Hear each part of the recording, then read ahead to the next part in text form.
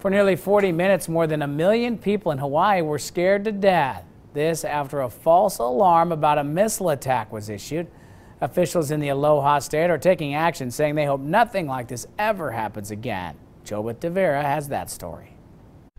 We understand that members of our community are angry about Saturday's false alarm, and we are looking at these messages as individuals blowing off steam.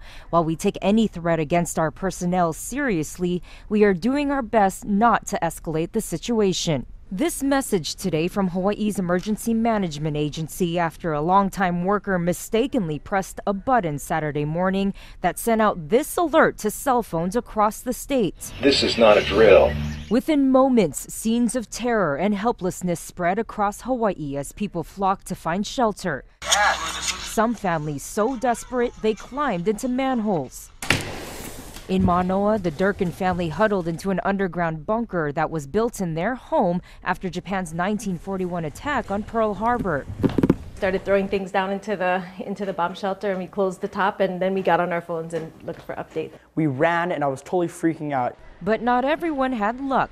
Dean Sensui says he tried running into the Pearl City Walmart only to be turned away. It was pretty appalling to see that kind of behavior. Here's a community surrounding them that supports their store, and then they're going to turn their backs on them when they're needed the most. What kind of a conscience is that? Who does something like that?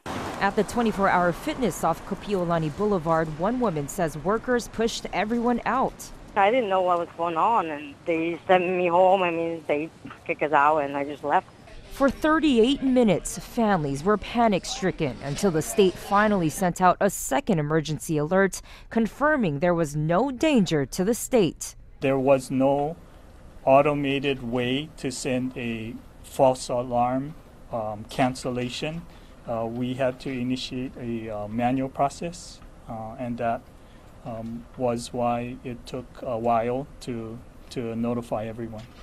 In a letter, Governor David Ige apologized again on Sunday and reassured the people of Hawaii that steps have already been taken by the state's Emergency Management Agency to ensure that a situation of this type never happens again.